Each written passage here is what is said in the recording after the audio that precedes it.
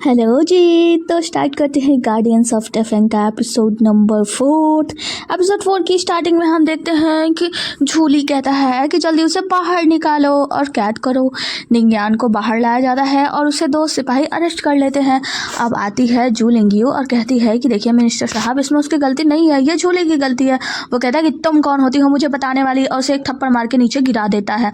इतने में निंग्यान को आता है गुस्सा और वो सैनिकों को मारकर तलवार लेकर आगे बढ़ने लगता है। रजिस्टर जू जाते हैं और कहते हैं कि देखो तुम्हें संभालना होगा। निंग्यान तुम संभल जाओ, ये लोग मिनिस्टर्स हैं, इनसे पंगे नहीं लेते हैं। जिसके बाद से निंग्यान संभल जाता है और तलवार उनके हाथ में दे देता है। अपनी बहन लिंगू को उठाता है और कहता है कि तुम ठीक तो हो ना। वो कहती है कि हाँ। वो कहता है कि रजिस्ट्रार जू आप एक काम कीजिए, इसे सेफ घर पहुँचा दीजिएगा।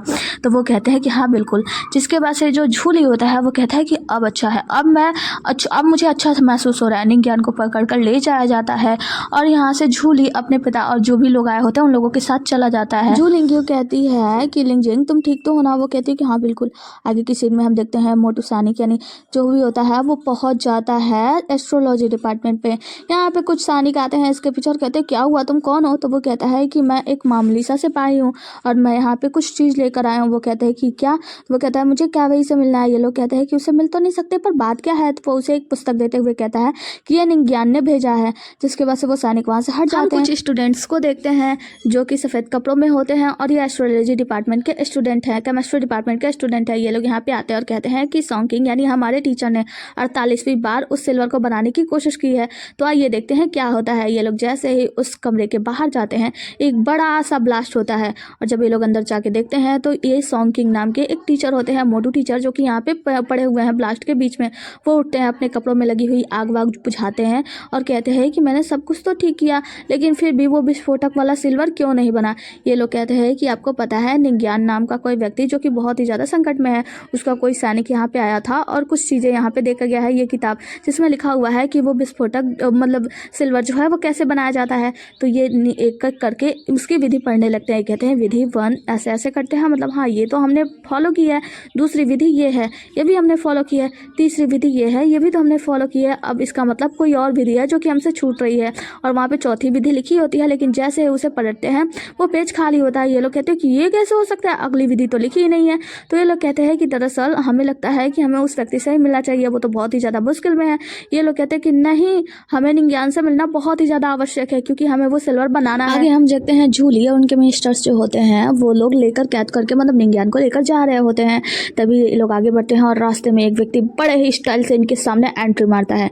झूली तो डर ही जाता है, कहता है मैं तो डर ही गया था, आप कौन हो। तो वो कहते हैं कि मैं जू पिंगजी हूँ और मैं निंग्यान का चाचा हूँ और मैं तुम लोगों को यहाँ से निंग्यान को ले जाने नहीं दूंगा। जूली कहता है कि अच्छा तो तुम क्या करोगे। तो वो कहता है कि मुझे माफ़ कर दीजिए, माना मेरे भतीजे निंग्यान ने आपको तकलीफ पहुँचाई है पर उसके लिए मैं क्षमा चाहता हूँ, प्लीज़ मेरे भतीजे को छोड़ दीजिए। जूली कहता है कैसी बात है, ठीक है मुझे छोड़ने के लिए तैयार है। एक काम करो, तुम खुद निंग्यान को मार डालो, या तो उसे जान से मार डालो या तो फिर उसे लात मारो, घूसे मारो। तो यहाँ पे निंग्यान जो होता है वो फिर अपना मुंह लटका लेता है। जूली कहता है कि तुम अगर ऐसा करते हो तो हम निंग्यान को छोड़ने की कोशिश करेंगे। जू पिंगजी कहता है कि मैं अपने भतीजों को कहीं जाने नहीं दूंगा। तो सैनिकों से आते हैं मारने के लिए लेकिन जू पिंगजी दोनों को मार के गिरा देता है और फिर पीछे करके अपने हाथ में कहता है ओहो कितना दर्द हो रहा है मेरे हाथ में, कितने तगड़े थे ये। वो कहता है कि कोई भी मेरे भतीजे को लेकर नहीं जा सकता, मैं भी देखता हूँ कौन मेरे भतीजे को लेकर जाएगा। निंग्यान तो खुश हो जाता है। उसके चाचा जी अपनी तलवार निकालते हैं और कहते हैं ये मैं तैयार हूँ तुम लोगों से लड़ाई करने के लिए, चलो एक एक करके सभी आ जाओ। निंग्यान बहुत ज़्यादा खुश हो जाता है। आगे हम देखते हैं जू पिंगजी जेल में और कहता है कि भतीजे ये सब क्या हो गया, मतलब मैंने सोचा था ये लोग एक एक करके मुझसे लड़ाई करने के लिए आएंगे लेकिन सभी एक साथ भिड़ गए और देखो मेरी क्या हालत कर दी है। पर तुम चिंता मत करो, मैंने अपने सैनिकों से बात कर लिया, मैंने प्लान भी तैयार रखा था, मैंने कमांडर से बात की है, वो सभी लोग यहाँ पे हमें छुड़ाने के लिए आते ही होंगे। और हाँ मैंने बहुत लोगों से बात की है, जल्दी हम लोग यहाँ से छूट जाएंगे।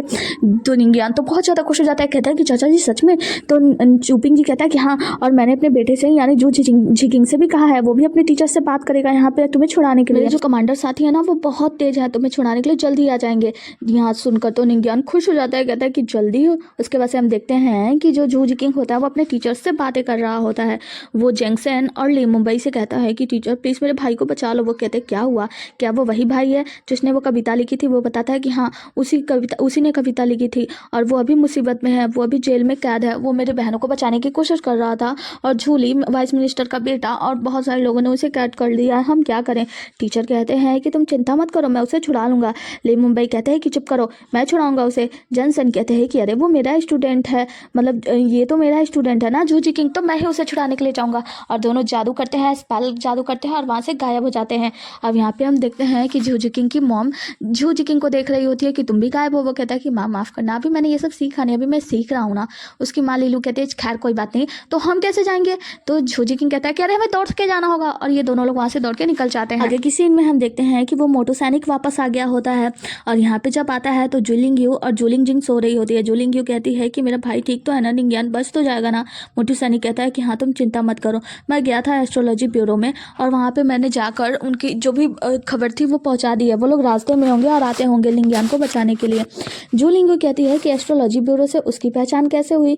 तो ये जो मोटू सैनिक होता है वो कहता है कि तुम्हें एक बात बताऊँ जुलिंग यू, तुम लोग पता नहीं क्यों उसे डम कहते हो, जबकि वो तो बहुत ही ज़्यादा समझदार है। निंग्यान की वजह से हम सभी सैनिक बहुत ज़्यादा उदास हैं, क्योंकि निंग्यान बहुत अच्छा है, लेकिन तुम लोग पता नहीं क्यों उसे पागल और डम बोला करते थे। तुम्हें पता है वो इतना अच्छा है कि उसने इतने सारे केस सॉल्व किए, और उसके आने वाले जो भी पैसे होते थे जब भी मैं उसे बांटने की कोशिश करता था वो लेने से मना कर देता था। वो कहता था कि नहीं सर, इसमें मेरा कोई भी हक नहीं है, इसे आप ही रखो। वो कभी भी मुझसे शेयर नहीं करता था अपनी दुख तकलीफ़ों को, वो इतना ज़्यादा सफ़र करता रहा, तुम लोग भी उसे परेशान करते थे, लेकिन कभी वो किसी को कुछ भी नहीं कहता था। वो तो बहुत ही अच्छे दिल का व्यक्ति है, और आज जब वो यहाँ पे नहीं है, कैद में है, तो हम सारे सैनिक उसके लिए बहुत परेशान हैं। हम सभी दिल से चाहते हैं कि वो छूट जाए, पता नहीं कि वो तुम लोगों को पसंद नहीं था। ये सारी बातें सुनकर जुलिंग यू को बहुत ज़्यादा बुरा लग रहा होता है कि मेरा नेफ्यू यानी मेरा चचेरा भाई कितना अच्छा है, लेकिन हम लोग उसे कितना गलत समझते हैं। आगे की सीन में हम देखते हैं निंग्यान को। निंग्यान कहता है चाचा, और चाचा जी तो खर्राटा ले रहे होते हैं। वो कहता है अरे चाचा खर्राटा बंद करो। वो कहता है कि हाँ भतीजे क्या हुआ? निंग्यान कहता है कहाँ है आपके सैनिक, 2 घंटे हो गए। वो कहता है कि अरे अब तुम चिंता मत करो, चिंता क्यों करते हो, थोड़ा सा सब्र रखो, वो लोग आते ही होंगे। तो वो कहते, तभी हम देखते हैं कुछ सैनिक आते हैं और ये लोग जाते हैं निंग्यान के पास। तो ये कहता है चाचा लगता है हमारे सैनिक आ चुके हैं। वो सैनिक कहता है कि तुम्हारे आखिरी खाना खाने का समय आ चुका है, तो अब हमारे साथ चलो। निंग्यान उसका हाथ खोलते हैं और कहते हैं कि देखो चालाकी करने की कोशिश मत करना, वरना जान से मारे जाओगे। निंग्यान कहता है कि ठीक है फिर अपने साथ ले चलो। ये लोग उसके ताला वाला खोल देते हैं और हाथ तो ऐसे जकड़े होते हैं। ये लोग यहाँ से लेकर जा रहे होते हैं और इसके चाचू जी यानी जोपिंग जी चिल्ला रहे होते हैं कि मेरे भतीजे पे हाथ पे उंगली लगाई ना तो मैं तुम सभी को जान से मार डालूंगा। सुन लो, जान से मार डालूंगा सभी को अगर मेरे भतीजे को हाथ में लगा तो, कुछ मत करना मेरे भतीजे को। निंग्यान निंग्यान चिल्ला रहा होता है। आगे हम देखते हैं जूली को। जूली यहाँ पे निंग्यान को लेकर आता है और कहता है कि चलो अब तुम्हारा समय आ चुका है, और उसे एक लात मार के नीचे गिरा देता है, फिर उसके गर्दन पे लात रख देता है। कहता है कि निंग्यान अब तुम्हें अपना सबक तो सीख ही लिया होगा। निंग्यान कहता है कि हाँ बहुत अच्छी तरीके से समझ गया हूँ मैं जूली। तो वो कहता है कि चलो अब इस पर साइन कर दो। तो निंग्यान कहता है ये क्या है? तो वो कहता है कि तुम्हारा कबूलनामा कि तुमने मेरे साथ बदतमीजी की थी। निंग्यान वो कबूलनामा देखता है और फिर उसे टुकड़े टुकड़े कर देता है, मतलब उसे फाड़ देता है। टुकड़े टुकड़े करने के बाद झूली के मुंह पे ही फेंक देता है। कहता है कि तुम्हारी हिम्मत कैसे हुई, मैं ऐसा कुछ भी नहीं करने वाला हूँ। झूली कहता है कि खैर अगर अब तुमने ये सब कुछ करने से मना ही कर दिया है तो तुम्हारे मौत का समय तो करीब आ ही चुका है, और देखो मैं तुम्हें जान से नहीं मारूंगा, तुम्हें तड़पा तड़पा के मारूंगा, ऐसे मारूंगा कि तुम्हारी 7 पुश्तों के रूह कांप जाएंगे, तुमने कभी सोचा भी नहीं होगा, सुना भी नहीं होगा। और उसे मतलब धमका रहा होता है। आगे हम देखते हैं मिनिस्टर ऑफ जस्टिस संग जिंग जोन को। यहाँ पे एक सैनिक आता है और कहता है कि माफ़ कीजिएगा, बाहर 2 टीचर्स आए हैं जो कि एकेडमी से हैं और वो आपसे मिलना चाहते हैं। अब ये दोनों टीचर जो होते हैं संग जिंग जोन से मिलते हैं और कहते हैं कि मैं चाहता हूँ कि आप हमारे स्टूडेंट को छोड़ दें। संग जिंग जोन कहते हैं कि माफ़ कीजिएगा, हमारे पास कोई भी आपका स्टूडेंट नहीं है और हम लोग ऐसे ही किसी को अरेस्ट नहीं करते। तभी यहाँ पे हम देखते हैं कि सॉन्ग किंग भी आते हैं। सॉन्ग किंग यहाँ से पे आते ही कहते हैं कि मिनिस्टर संजिंग जोंग, मैं चाहता हूँ कि आप हमारे स्टूडेंट को छोड़ दें। मिनिस्टर संजिंग जोंग कहते हैं कि माफ़ कीजिएगा, आप तो एस्ट्रोलॉजी डिपार्टमेंट से हैं और आपके डिपार्टमेंट से किसी को हमारे किसी भी व्यक्ति ने अरेस्ट नहीं किया है। अब इतना सुनना था कि वो जो व्यक्ति होता है सॉन्ग किंग, वो कहता है कि मैं बात कर रहा हूँ निंग्यान का, और यहाँ पे दोनों टीचर्स भी कहते हैं कि हम बात कर रहे हैं निंग्यान के। अब ये जो मिनिस्टर जी होते हैं ये तो बिल्कुल वो हो जाते हैं, कहते हैं कि आखिर उसे अरेस्ट किसने किया। हम देखते हैं पीछे जो डायरेक्टर हुआंग होते हैं जिन्होंने अरेस्ट किया होता है वहाँ से भागने लगते हैं। अब हुआंग को पकड़ा जाता है और फिर मिनिस्टर जी पूछते हैं कि बताओ क्या हमने किसी ऐसे व्यक्ति को कैद किया हुआ है। वो कहता है कि जी हाँ हमने अरेस्ट किया है। दरअसल बात यह है ना कि वो रास्ते पे एक लड़ाई कर रहा था किसी से, तो हमने सोचा पहले उसे अरेस्ट कर ले फिर उससे सच्चाई को बुलवा लेंगे। मिनिस्टर जी कहते हैं कि तुमने ऐसा क्यों किया। तभी हम देखते हैं कि जो व्यक्ति मतलब जो टीचर होते हैं यांग या ली मुंबई, वो सामने आते हैं और एक जादू करके उसके मुंह पे फेंक मारते हैं। हुआंग के मुंह पे जैसे ही जादू जाता है हुआंग सच्चाई उगल देता है। कहता है कि दरअसल बात यह है कि उस व्यक्ति की लड़ाई जूली से हो गई थी, जूली ने गलती की थी और जूली चाहता था कि वो निंग्यान को जान से मार डाले, इसीलिए उसे कैद किया गया है। और इतना कह के डायरेक्टर हुआंग अपना मुंह ही बंद कर लेते हैं। में हम देखते हैं निंज्ञान की हालत ख़राब होती है, उसके जगह जगह पे कीले लगे होते हैं और ये सब काम होता है झूली का। झूली तो मज़े ले रहा होता है, कह रहा होता है कि देखो एक एक करके तुम्हारे प्राण निकल रहे हैं, तुम्हारे बदन से एक एक खून का कतरा निकल रहा है, लेकिन तुम अभी भी हार मानने वाले नहीं हो। वो कहता है कि नहीं नहीं बिल्कुल नहीं। झूली कहता है कि तुम्हें पता है मैं क्या करूँगा, तुम्हारी बहन झूलेंगी, वो बहुत खूबसूरत है ना, मैं उसे ले जाकर कोठे पे बिठा दूंगा, वहाँ पे नाचेगी गाएगी, तब जाके मेरे हृदय को शांति मिलेगी। निंज्ञान कहता है कि मुंह बंद करो अपना। झूली कहता है कि अरे तुम्हें पता नहीं है मैं क्या क्या कर सकता हूँ, तुम कुछ नहीं जानते हो। वो बहुत ज़्यादा उसे तड़पा रहा होता है। तभी हम देखते हैं कि मिनिस्टर आते हैं और कहते हैं कि निंज्ञान को हमारे हवाले कर दो।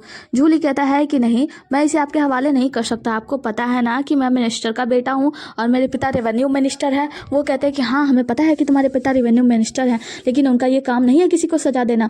तो झूली कहता है कि लेकिन आपको पता नहीं, भरे बाजार में इसने मुझे जान से मारने की कोशिश की है, इसीलिए मैं कुछ भी कर सकता हूँ। सनी कहता तो वो कहते हैं कि अच्छा ऐसी बात है तो चलो, बाहर मिनिस्टर ऑफ जस्टिस हैं संजीन, और उन्होंने इसे छोड़ने के लिए कहा है, तो तुम अगर उनसे बात कर सकते हो तो चलो। जिसके बाद से जो झूली होता है वो बाहर आता है और कहता है मिनिस्टर साहब ये सब क्या हो रहा है। लेकिन वो देखता है कि बाहर ढेर सारी भीड़ लगी हुई है, एक एकेडमी से जो टीचर आए हुए हैं और जो एस्ट्रोलॉजी डिपार्टमेंट मतलब ब्यूरो के सन हैं, वो भी सॉन्ग किंग भी, वो भी यहाँ पे आए हुए हैं। ये कहता है कि मिनिस्टर साहब ये सब क्या है। तो यहाँ पे हम देखते हैं कि निंज्ञान उसके पास आता है और कहता है कि मुबारक हो कि मैं बच गया, अगर मेरी जान चली जाती तो तुम्हारा क्या होता, और मुझसे मिलो, मैं हूँ एस्ट्रोलॉजिकल ब्यूरो का नया सदस्य। जिसके बाद से वो आगे जाता है। तो हम देखते हैं कि जो झूली होता है वो कहता है कि मिनिस्टर साहब ये सब फिर कौन है। तो वो कहते हैं कि ये लोग टीचर्स हैं और ये यहाँ पे इसे ही छुड़ाने के लिए आए हैं, ये एकेडमी के टीचर हैं और ये बहुत ही ज़्यादा शक्तिशाली, तुम्हें पता नहीं है, इसे जाने दो। जिसके बाद से झूली फिर हार मान जाता है और कहता है कि इसके आगे तो मैं कुछ भी टिक नहीं पाया। जिसके बाद से वो जाता है मिस्टर सॉन्ग के पास। सॉन्ग किंग कहते हैं कि अच्छा बताओ इसमें तुमने आगे वाली विधि क्यों नहीं लिखी। वो कहता है कि माफ़ कीजिएगा लेकिन अभी सही समय नहीं है, मैं आपसे बाद में बाहर चल के बात करता हूँ, और सही समय पे आप लोग आ गए, आप लोग का बहुत बहुत शुक्रिया। और वहाँ से जाने लगता है। वो जो दोनों टीचर्स आते हैं वो आते हैं और कहते हैं कि निंज्ञान हम तुम्हें बचाने के लिए यहाँ पे आए थे, और तुमने वो जो पोयम लिखी थी ना, इस वजह से हम बहुत ही ज़्यादा प्रभावित है, तो तुम्हें हमारी अकेडमी ज्वाइन करनी चाहिए। और यही बात सॉन्ग किंग भी कहते हैं कि तुम्हें हमारी अकेडमी ज्वाइन करनी चाहिए, क्योंकि तुम वो सिल्वर बनाना सिखा सकते हो, तुम बहुत ही ज़्यादा प्रतिभाशाली हो। अब जो निंज्ञान होता है वो बाहर जाने लगता है और कहता है कि टीचर्स आप लोग रुकिए, कुछ ऐसा चीज़ है जो मुझे चुकाना है, कुछ बातें पूरी करनी है। और वो जाता है, खींच के एक थप्पड़ मारता है झूली को। दूसरा सैनिक मतलब जो डायरेक्टर हुआंग होता है वो बोलता है, तो डायरेक्टर हुआंग को भी एक खींच के जड़ के देता है। जिसके बाद से झूली जो होता है वो कहता है कि ये तुम क्या कर रहे हो, तुम्हारी हिम्मत कैसे हुई, तुम्हें पता है मैं मिनिस्टर ऑफ रेवेन्यू का बेटा हूँ। वो कहता है कि अच्छा, तो और मारता है। जिसके बाद से झूली कहता है कि मिनिस्टर साहब संजन ये क्या हो रहा है, तुम बचाओ मुझे। लेकिन मिनिस्टर साहब भी यहाँ पे कुछ भी मदद नहीं कर पाते। यहाँ पे जितने भी टीचर्स आए होते हैं निंज्ञान को बचाने के लिए, वो लोग तो बस आपस में ही बातें करने लगते हैं, मतलब उसे इग्नोर कर देते हैं। और यहाँ पे झूली की ढेर सारी पिटाई करता है। निंज्ञान कहता है कि झूली मैंने तुमसे कहा था ना कि कॉमन मैन से पंगे नहीं लेने का, पर तुम नहीं माने, और तुम देखना चाहते थे ना कॉमन मैन को जब गुस्सा आता है तो क्या करता है, और वो उसकी ढेर सारी पिटाई करता है। झूली कहता है कि मिनिस्टर साहब प्लीज़ मुझे बचा लो, और निंज्ञान से भी कहता है कि प्लीज़ मुझे छोड़ दो। निंज्ञान कहता है कि अब देखो कॉमन मैन की शक्ति क्या होती है। एक बड़ा सा बम्बू यानी डंडा उठाता है और निंज्ञान के पास जाता है और खींच के उसे ऐसा डंडा मारता है कि वो डंडा टूट फूट जाता है, चूर चूर हो जाता है। निंज्ञान की हालत ख़राब हो जाती है, मतलब झूली की हालत ख़राब हो जाती है। निंज्ञान कहता है कि झूली ये कॉमन मैन का मार था। सीन कट होता है और आगे हम देखते हैं कि जो निंज्ञान होता है वो अपने भाई से यानी झूजी किंग से बात कर रहा होता है और कह रहा होता है कि तुम्हें पता है तुम्हारे जो टीचर्स थे वो मुझे चाहते थे कि मैं उनके अकेडमी में एडमिशन लूँ, लेकिन मुझे उनको मेरी कविता पसंद आई थी, वो मुझे पसंद नहीं करते थे। मतलब मेरी कविता, कौन सी कविता, कब कविता कही मैंने। तो यह इसका भाई झूजी किंग कहता है क्या तुम्हें याद नहीं है। वो कहता है खैर ये सब छोड़ो, मैंने अभी अकेडमी में एडमिशन लेने का नहीं सोचा, चलो हम आगे चलते हैं। और ये लोग आगे जाने लगते हैं। साथ में इसकी चाची लीलू भी होती है, जूलिंग्यू और जूलिंग भी होते हैं। ये सभी लोग साथ में जाने लगते हैं और निंज्ञान कहता है कि तुम्हें पता है वो लोग मुझे अपने अपने अकेडमी में मतलब एडमिशन दिलाना चाहते थे, लेकिन मैंने साफ साफ मना कर दिया, मुझे तो आप लोग के साथ रहना है, आप लोग मेरी फैमिली हो ना। यहाँ पे छोटी बच्ची कुछ खाने को देखती है, जूलिंग कहती है मुझे ये खाना दिला दो ना। उसका भाई यानी निंज्ञान चांदी के सिक्के देकर वो सारे खाने सबके लिए खरीदने लगता है। सबके लिए खरीदने के बाद जो चाची लीलू होती है वो बस उसे देख रही होती है। फिर वो एक अच्छा सा खाना टेस्टी मतलब फूड व्यंजन खरीदता है और चाची लीलू से कहता है कि चाची लीलू आपका बहुत बहुत शुक्रिया, आज आपने हमारी बहुत मदद की। चाची लीलू कहती है कि मैंने तुम्हारी क्या मदद की, मैं तो बस अपने फैमिली के लिए कुछ करना चाहती थी। और फिर खुश अंदर ही अंदर खुश होती हैं और वहाँ से छोटी बच्ची के पीछे भागने लगती हैं। इसका भाई जो झिकिंग ये भी बहुत ज़्यादा खुश होता है। निंज्ञान अपनी बहन से कहता है कि लिंगियो तुम्हें ये कविता वाली किताब पसंद थी ना, ये लो रख लो। लिंगियो कहती है लेकिन ये किताब आपने इतना ध्यान दिया, मतलब मुझे ये किताब पसंद है। तो वो कहता है कि हाँ मुझे पता है कि तुम्हें ये किताब बहुत पसंद है, तो तुम ये किताब रख लो। यहाँ से सभी लोग जाने लगते हैं और ये एक आवाज़ आती है, लेकिन वो व्यक्ति तो छूट गया। तभी हम देखते हैं अंकल जूपिंग जी के, वो तो अभी भी जेल में होते हैं और चिल्ला रहे होते हैं कि निंग्यान को कुछ मत करना, मैं तुम लोगों को नहीं छोड़ूंगा, मेरे सैनिक आते ही होंगे, जैसे ही निंग्यान को तुम लोगों ने हाथ लगाया मैं तुम सबके हाथ तोड़ दूंगा, तुम सबको जान से मार डालूंगा। मतलब यहाँ पे अंकल जूपिंग जी तो बिल्कुल पागलों की तरह व्यवहार कर रहे होते हैं। आगे हम देखते हैं चाचा जूपिंग जी को बचाकर लाया जाता है। चाचा जूपिंग जी के सामने खाना रख दिया जाता है और सभी लोग किनारे साइड में हो जाते हैं। चाचा जूपिंग जी कहते हैं कि तुम लोग सही बताओ, क्या तुम लोग मुझे भूल गए थे? अब ये लोग उसके बेटे को यानी जूजी किंग को सामने कर देते हैं और जूजी किंग जाता है, कहता है कि पिताजी वो सब छोड़ो ना, लो ना आप खाना खाओ। वो कहते हैं नहीं तुम लोग बताओ, तुम लोग मुझे भूल गए थे ना। अब ये सभी लोग एक एक करके टेबल पे आ जाते हैं और कहते हैं कि छोड़ो भी। तो लीलू कहती है कि छोड़े भी, आप ही तो कहते हैं ना कि फैमिली बहुत ज़्यादा इंपॉर्टेंट है, और देखो आज हम सभी लोग साथ में हैं, तो हम सभी लोग साथ में खाते हैं और साथ में दिल मिला के रहते हैं ना। ये सब बातें लेकर क्या बैठ गए? जूपिंग जी कहता है कि हाँ तुम सही कह रही हो। तभी हम देखते हैं ये सभी लोग एक दूसरे को खाना वाना परोसने लगते हैं और जो चाची जी होती हैं वो आज एक बड़ा सा पीस उठा के निंग्यान को सौंपती हैं। निंग्यान तो देखकर खुश हो जाता है, लेकिन उसका भाई यानी जूजी किंग वो कहता है कि जो पीस माँ मुझे दिया करती थी वो अब निंग्यान को मिल रहा है। निंग्यान भी भकोसने लगता है, मतलब खाने लगता है। अब ये सभी लोग साथ में खाने लगते हैं और जूपिंग जी कहता है कि हमने अच्छा सबक सिखाया, मतलब मैं तो बस तुम्हें छुड़ाने के लिए कुछ भी कर सकता था, अब इन सभी के दिल आपस में मिल चुके हैं।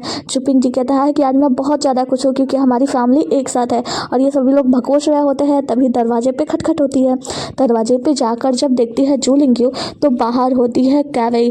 कैवई कहती है कि क्या अंदर निंग्यान है, मैं उससे मिलने के लिए आई हूँ। आगे हम देखते हैं कि जो कैवई होती है वो निंग्यान से बात कर रही होती है और कहती है कि तुम ठीक तो होना, खुश तो होना। निंग्यान कहता है कि हाँ, और तुम्हें पता है बहुत सारे लोग मुझे अपने साथ काम कराने के लिए लेकर जाना चाहते थे, तुम एस्ट्रोलॉजिकल ब्यूरो डिपार्टमेंट से हो ना? वो कहती है कि नहीं नहीं, मैं उस डिपार्टमेंट से नहीं हूँ, दरअसल मैं तो म्युनिसिपल ऑफिस से हूँ। कैवई कहती है कि अच्छा ये बताओ तुम्हारी जूली से लड़ाई क्यों हुई थी? वो कहता है कि दरअसल वो मेरी बहन को छेड़ रहा था, बस मैं उसे बचाने के लिए गया और मेरी लड़ाई हो गई। तो यहाँ पे जो कैवई होती है वो कहती है कि हाँ तुम्हारी बहन है भी खूबसूरत। निंग्यान कहता है कि हाँ बहुत खूबसूरत है, बिल्कुल तुम्हारी तरह। तो वो कहती है कि हाँ मेरी तरह गोरी सुंदर परी। तो वो कहती है कि परी बस करो, तुम्हें पता है मैं बहुत ही ज़्यादा परेशान हो गया था कि शायद तो मेरी जान ही चली ही जाएगी, और तुम्हें पता है मैंने तो वहाँ पे मतलब एस्ट्रोलॉजिकल ब्यूरो में तुम्हें ढूंढने के लिए भेजा था। वो कहती है कि हाँ मुझे पता चला और मैं यहाँ पे तुमसे कुछ ज़रूरी बात करने के लिए आई हूँ। वो कहता है कि मैं अभी बहुत ज़्यादा खुश हूँ, मतलब आज मुझे बहुत ज़्यादा अच्छा लगा। तो कैवई कहती है कि मैं तुमसे कुछ ज़रूरी बात करना चाहती हूँ, कुछ ज़रूरी काम है तुमसे। तो निंग्यान कहता है कि हाँ बोलो ना क्या काम है। वो बताती है कि तुम्हें पता है जिस टैक्स सिल्वर के बारे में तुम चोरी वोरी के बारे में तुम लोग पकड़े गए थे और तुमने उस चोरी को सॉल्व किया था। वो कहता है कि हाँ मुझे याद है। तो कहता है कि तुम्हें पता है कि उसके हाथ पीछे कौन है, किसका हाथ है? निंग्यान कहता है मुझे कैसे पता होगा, मैं तो एक मामूली सा इंस्पेक्टर हूँ ना, मतलब मामूली सा हवलदार हूँ ना, तो मैं कैसे जान सकता हूँ? तो कैवई बताती है लेकिन मैं तुम्हें बताती हूँ, ये झाओ झिंगपिंग है और ये मिनिस्टर ऑफ रेवेन्यू है, वही व्यक्ति झूली उसका झूली का बाप है, वो मिनिस्टर ऑफ रेवेन्यू, और उसी ने ये वही इस चोरी के पीछे है। तो ये कहता है कि क्या मतलब ये सब कुछ झूली जानबूझकर कर रहा था? तो कैवई कहती है कि हाँ मुझे भी ऐसा ही लगता है, वो बस तुम्हें फंसाना चाहते थे, इसीलिए जानबूझकर वो तुम्हारे बहनों से उलझ रहा था ताकि वो तुम्हारे बहनों को छेड़े और तुम उन्हें बचाने के लिए जाओ, उस मामले में फंस जाओ जिसके साथ कानूनी तौर पर तुम्हें कैद करके मार दिया जाए, क्योंकि तुमने इस सिल्वर टैक्स को पकड़ा था, तुम्हारा बुद्धि बहुत ज़्यादा तेज है, इसलिए वो लोग नहीं चाहते कि और सारी चोरियाँ और सारे लोगों को तुम सबक सिखा सको, मतलब और कुछ तुम पता लगा सको, इसीलिए तुम इस जान से मारने के लिए उन्होंने ये सब गेम रचा था। तो वो कहता है निंग्यान कि अब मैं क्या कर सकता हूँ, मैं तो साधारण सा सिपाही हूँ। तो वो कहती है कि तुम्हें हमारा साथ देना होगा, मेरे पास एक आइडिया है। देखो जो रेवेन्यू मंत्री हैं यानी मिनिस्टर हैं झाओ जिंगपिंग, उन्हें पकड़ना तो इतना भी ज़्यादा आसान नहीं होने वाला है, क्योंकि वो 4th रैंक के अधिकारी हैं और हम लोगों का रैंक अभी 6 है या 5 है, तो हम सभी लोग उनके ऊपर हाथ नहीं डाल सकते। तो उसे पकड़ने के लिए हमें बहुत सारी मतलब प्लानिंग करनी होगी, और मेरे पास एक प्लान भी है जिसके दौरान पे तुम्हारा रक्षा करना और तुम्हारे परिवार का रक्षा करना ये भी तो ज़रूरी है ना। अगर तुम यहाँ से चले गए तो तुम्हारे परिवार का क्या होगा? वो कहता है कि नहीं, मैं अपने परिवार को छोड़कर नहीं जाना चाहता और मैं नहीं चाहता मेरे परिवार को कुछ भी हो। तो जो कैवई होती है वो कहती है कि इसके लिए तो तुम्हें हमारी बात माननी होगी, हमारे प्लानिंग में शामिल हो जाओ ताकि हम उस मिनिस्टर को सबक सिखा सकें, क्योंकि उसने बहुत सारी चोरियाँ की हैं लेकिन उसे पकड़ना नामुमकिन है, क्योंकि वो 4th रैंक का अधिकारी है और हम लोगों को पता होते हुए भी हम लोग कुछ नहीं कर सकते। तो जो हमारा निंग्यान होता है वो तो सहरा साफ दिल का, वो कहता है कि ठीक है अगर ऐसी बात है तो मैं तुम्हारी मदद करने के लिए तैयार हूँ। चाचा जी जूपिंग जी खिड़की खोलकर देखते हैं कि कैसे वो दोनों बैठकर एक साथ बात कर रहे हैं, उनका बेटा भी आता है। जू झिकिंग कहता है क्या हुआ पिताजी? वो कहते हैं कि तुम देख रहे हो तुम्हारा भाई कैसे उस लड़की के साथ मिलजुल रहा है और वो लड़की इतनी रात को उससे मिलने के लिए आ गई है। क्या कोई बात हो सकती है? हो सकता है इन दोनों का आगे चल के जीवन अच्छा गुजरे, मतलब ये दोनों साथ में आ सकते हैं। जू झिकिंग कहता है कि लेकिन चाचा जी आपको पता है कावेई जो है वो एस्ट्रोलॉजिकल ब्यूरो से है। तो वो कहता है क्या एस्ट्रोलॉजिकल ब्यूरो से? मतलब वहाँ की कोई लड़की मेरी बहू बनेगी? ये तो बड़े खुशी की बात है। सीन कट होता है और आगे हम देखते हैं निंगियान जू झिकिंग और जू पिंगजी दोनों के साथ बैठा होता है और ये वहाँ पे बता रहा होता है उस मिनिस्टर ऑफ रेवेन्यू की बात। वो बता रहा होता है कि कैसे जाओ झिकिंग ने ही आपको फंसाया था, कैसे वो चांदी के सिक्कों का मतलब चांदी के सिल्वर टैक्स की चोरी कर रहा था और मैंने इसके बारे में पता लगा लिया, इसीलिए ये सब कुछ उसने चाल चली है। उसका बेटा ये सब जो कुछ भी कर रहा था ये सब जानबूझ के कर रहा था ताकि मुझे मतलब कानूनन मार दिया जा सके और वो कानूनन हमारे परिवार को नुकसान पहुंचाना चाहता है ताकि हम लोग उसके टैक्स चोरी के बारे में पता ना लगा सकें। तो इसका चाचा जो होता है जुपिंग जी वो कहता है तब मुझे लगता है कि तुम्हें इन सबसे पीछे हट जाना चाहिए, तुम्हें इसमें हाथ नहीं अड़ाना चाहिए। हम उनसे जाके माफ़ी मांग लेंगे और इन सभी से किनारे हो जाएंगे क्योंकि देखो वो जो मिनिस्टर है वो 4th रैंक वाला है, उससे कभी अझुराने की कोशिश नहीं करता। तो निंगियान कहता है लेकिन चाचा जी हमें कुछ ना कुछ तो करना होगा, ऐसे तो वो बहुत सारे सैनिकों को बहुत सारे लोगों को बर्बाद कर चुका होगा, बहुत सारे लोगों को बर्बाद कर देगा और हमें तो ये भी पता नहीं वो टैक्स की चोरी करना क्यों चाहता था, आखिर में वो सिल्वर चुरा कर करता क्या। तो यहाँ पर उसका भाई जो जू झिकिंग होता है वो कहता हो सकता है उसे उस वक्त बहुत ज़्यादा पैसों की ज़रूरत हो या कोई ऐसा काम कर रहा हो जिसमें बहुत सारे ऐसे चांदी वांदी लगते हो। वो कहता है कि हाँ कुछ तो वो कर रहा है पर हमें उन्हीं सभी मामलों की जांच करनी है, सारा कुछ पता लगा के ब्यूरो वालों को बताना है ताकि उसकी भी चाल पकड़ी जा सके, राजा साहब को उसकी सच्चाई पता लगे और उसे निरस्त किया जा सके, मतलब उसे निकाला जा सके। उसके चाचा जी कहते हैं जुपिन जी की देखो बेटा हमें ऐसे मामलों में उलझना नहीं चाहिए, हम लोग छोटे लोग हैं, बस हमें खुशी से अपना जीवन बिताना चाहिए। इसका भाई जू झिकिंग कहता है कि देखो पिताजी भाई बिल्कुल सही कह रहे हैं, हमें उस मंत्री का मतलब खबर लेना ही होगा। और देखो पिछली बार जब हम सभी लोग फंसे थे तो मेरे टीचर ने बस मुझे बचाई थी और वो लोग आपको नहीं बचा पाए थे, यानी टीचर्स वगैरह वगैरह कुछ भी नहीं कर सकते। हमें आगे बहुत आगे बढ़ना होगा, हमें अपने लोगों की रक्षा करनी है, अपने परिवार की रक्षा करनी है क्योंकि अगर हम लोग नहीं करेंगे, वैसे भी झाओ झिंगपिंग के हाथों में मतलब उनकी आंखों में हम लोग गड़ चुके हैं, वो लोग हमारे परिवार को नहीं छोड़ेंगे, हमें कुछ ना कुछ तो करना होगा। जिसके बाद से उसके चाचा जू पिंगजी भी तैयार हो जाते हैं, कहते हैं कि ठीक है जैसा तुम चाहो हम तुम्हारी मदद करने के लिए तैयार हैं। निंगियान कहता है कि ठीक है फिर तो हमारा अगला मिशन है जाओ जिंगपिंग को मतलब मिनिस्टर ऑफ रेवेन्यू को सबक सिखाना।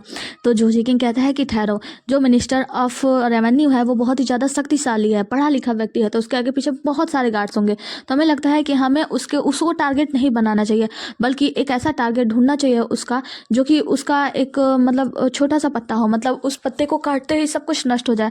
तो मतलब हमें उसका वो क्या बोलते हैं कमजोरी ढूंढना होगा। तो ये लोग कहते हैं कि हाँ मतलब, तो हम देखते हैं कि निंगियान कहता है कि इसका मतलब है झूली।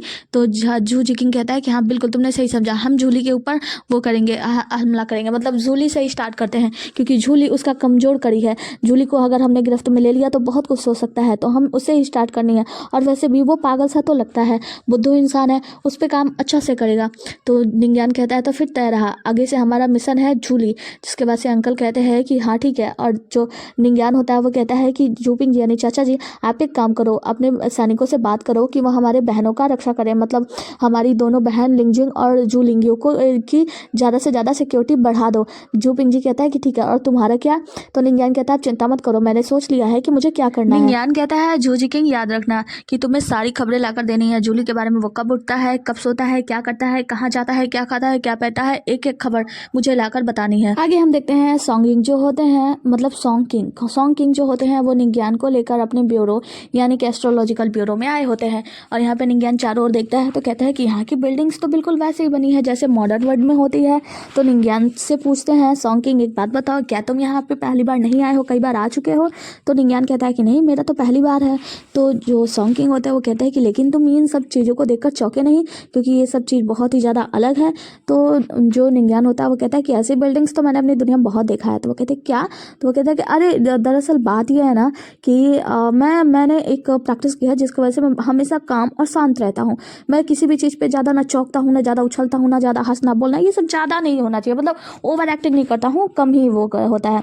तो सॉन्ग किंग जो होता है वो कहते हैं कि तुम तो बहुत ही ज़्यादा समझदार भी हो, इतने ज़्यादा पढ़े लिखे हो, इतने ज़्यादा मतलब टैलेंटेड हो, तुम बहुत अच्छे हो। और कहते हैं कि चलो अब हमें वो सोना मतलब चांदी जो है वो बनाना सिखाओ।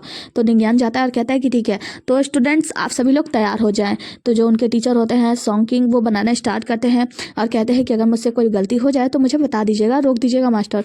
तो निंज्ञान कहता है कि हाँ बिल्कुल, और वो एक एक करके सोडियम पीसना वगैरह वगैरह सब कुछ करता है। सब कुछ करने के बाद जब उसमें इलेक्ट्रिसिटी देने की बारी आती है तो निंज्ञान उसे रोक देता है, कहता है कि रुको। तो वो कहते हैं क्यों, क्या हुआ? तो वो कहते हैं कि वोल्टेज की कमी है यार। तो वो कहते हैं वोल्टेज मतलब क्या? तो कहते हैं कि देखो, मतलब वो मतलब बोर्ड पे मतलब भारी भरकम शब्दों में समझाने लगता है कि कैसे ये वो वगैरह वगैरह, वोल्टेज इतना दी जाती है, इतना लगता है, इतने किलोवाट, इतने मतलब हमें नहीं पता, वो केमिस्ट्री के बारे में बहुत कुछ बताता है। और कहता है कि देखो, मतलब फोर्स, मतलब ये एज्यूम करो कि ये कप में एक गिलास वाटर है, इस वाटर को मैं ऐसे करके गिलाता हूँ, क्या इससे कोई नुकसान होता है? नहीं, बस पानी गिर जाती है। लेकिन वही एक पानी की गति आती है झरने से, झरने के ऊपर से जब वो पानी की गति, वो गति जितनी तेज होती है, तेजी से वो नीचे पहाड़ पे गिरती है और जो पत्थर होते हैं वो रगड़ जाते हैं, कट जाते हैं, टूट फट जाते हैं। तो क्या आप समझे? तो वो कहता है कि अच्छा, इसका मतलब तेजाई। तो वो कहते हैं कि हाँ, इसे ही कहते हैं वोल्टेज। वोल्टेज से हम क्या करते हैं, इसकी तेजाई को बढ़ा घटा कर सकते हैं, मतलब किस वोल्टेज के हिसाब से कितना हम उसमें इलेक्ट्रिसिटी देते हैं, ये सब कुछ बहुत ही ज़्यादा मायने रखती है। तो इसका टीचर जो होता है, मतलब सॉन्ग जो होता है, वो कहता है कि आप तो महान हो। वो कहते हैं कि वैसे आपने अपनी किताब में इसके बारे में क्यों नहीं लिखा था? वो कहता है कि अरे वो तो मैंने किताब ऐसे ही भेज दी थी, और वैसे उस किताब में बहुत सारी ऐसी विधियाँ लिखी हुई है, तो मैं वो किताब जो है ना आप लोगों के साथ शेयर करता हूँ, मतलब एस्ट्रोलॉजिकल ब्यूरो को आप लोगों को वो किताब दे सकता हूँ। लेकिन आप लोग जानते हैं फ्री में तो कुछ होता नहीं है, तो बदले में कुछ ना कुछ तो आप लोगों को भी देना चाहिए। सॉन्ग कहते हैं कि बिल्कुल, तो बताओ तुम्हें कितने पैसे चाहिए? तो निंज्ञान कहता है कि माफ़ करना, हर चीज़ पैसों के लिए नहीं होती ना, तो मैं पैसे वैसे नहीं चाहता था। तो सॉन्ग कहते हैं कि अच्छा, तो आओ मैं तुम्हें अमूल्य अमूल्य चीज़ें दिखाता हूँ। और वो अंदर ले जाते हैं और दिखाते हैं वहाँ पे ढेर सारा, मतलब बहुत सारा वो सैनिकों का लिबास रखा होता है, तलवारें वगैरह रखी होती है, और वो सभी का नाम पढ़ रहे होते हैं। सॉन्ग किंग से पूछता है कि ये सब क्या है? तो सॉन्ग किंग बताते हैं कि हमारे सीनियर्स हुआ करते थे जो बहुत ही ज़्यादा शक्तिशाली थे, वो ये तलवारबाज थे, ये वो योद्धा थे, ये वो योद्धा थे, सब के बारे में बता रहा होता है।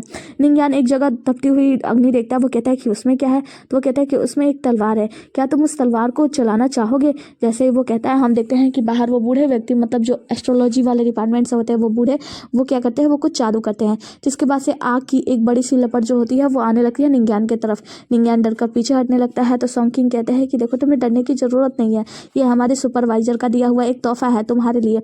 और निंज्ञान के पास आने के बाद वो जो बड़ा सा वो होता है, आग का गोला होता है, वो तलवार में बदल जाता है। निंज्ञान इस तलवार को अपने हाथ में लेता है और ये एपिसोड यहीं पे समाप्त होता है। मिलते हैं अगले एपिसोड में, तब तक के लिए बने रहिए हमारे साथ। टाटा बाय बाय, टेक केयर। और हाँ, वीडियो को लाइक किए बिना बिल्कुल मत जाना। Okay, bye bye. और हाँ, कमेंट में बता भी देना कि मेरा एक्सप्लेनेशन कैसा लगा। Bye bye bye.